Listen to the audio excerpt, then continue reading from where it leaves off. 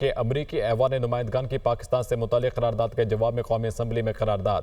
رکن اسمبلی شائستہ پرویز ملک نے قرارداد پیش کی، کہتی ہیں کہ پاکستان کے اندرونی معاملات میں مداخلت غیر مناسب ہے۔ امریکہ کشمیر اور فلسطین میں مظالم کا نوٹس لے، عام انتخابات میں کروڑوں پاکستانیوں نے ووٹ کاسٹ کیے۔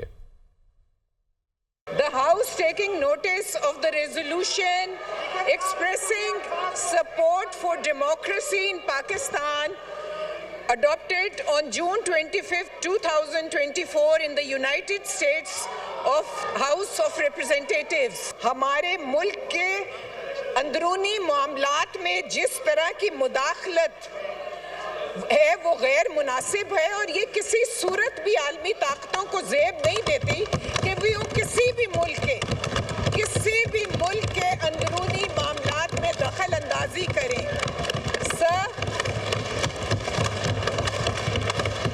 Now I put the resolution to the House. The question is, the resolution as moved be adopted. All those in favor may say aye. All those against may say no. I think the ayes have it and consequently the resolution is adopted. Chairman PTI barrister Gohar Ali Khan کہتے ہیں کہ امریکی قرارداد کو پاکستان کے معاملات میں مداخلت نہیں کہا جا سکتا۔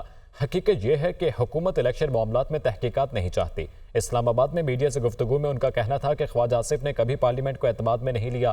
خواجہ آصف نے ہمیں دہشت گردوں سے تشبیہ دی، مذمت کرتے ہیں۔ زرتاج گل کا کہنا تھا کہ کیا حکومت نے بھارت کو دوست اور افغانستان کو دشمن قرار دے دیا ہے۔ عمر ایوب بولے کہ بھارت پاکستان کے خلاف کئی دہشت گردی کے واقعات کروا رہا ہے۔ بھارت کی دہشت گردی پر کیوں خواجہ آصف نے نہیں کہا وہاں حملہ کریں گے۔ اسپیکر قومی اسمبلی کے رویے کی مذمت کرتے ہیں۔ اسپیکر قومی اسمبلی پارٹی کے ورکر نہ بنے۔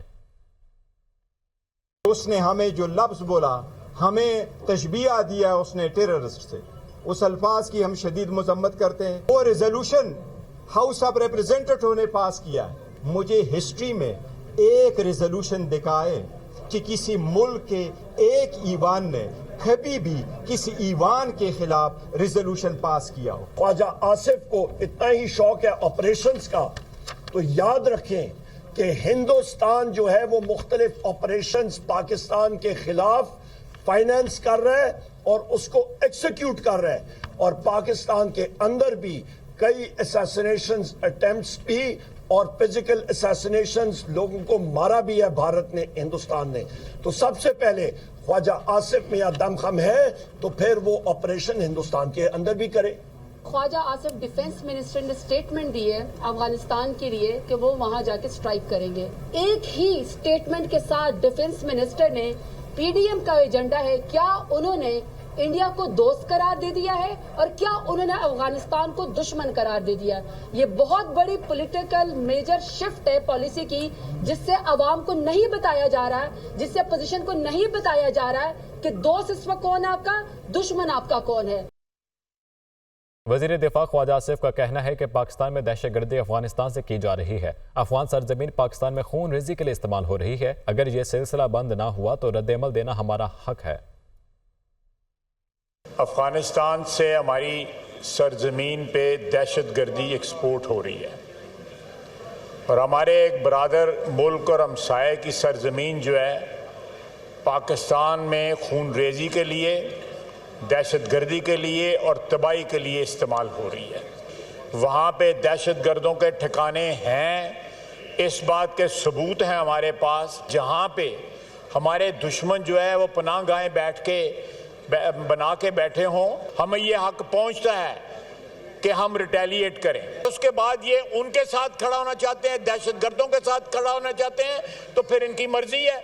پھر تو ہم یہی کہیں گے کہ اس کے دہشت گردی کے پاس ایک کون ہے، یہ لوگ ہیں دہشت گردی کے پیچھے جو ہے۔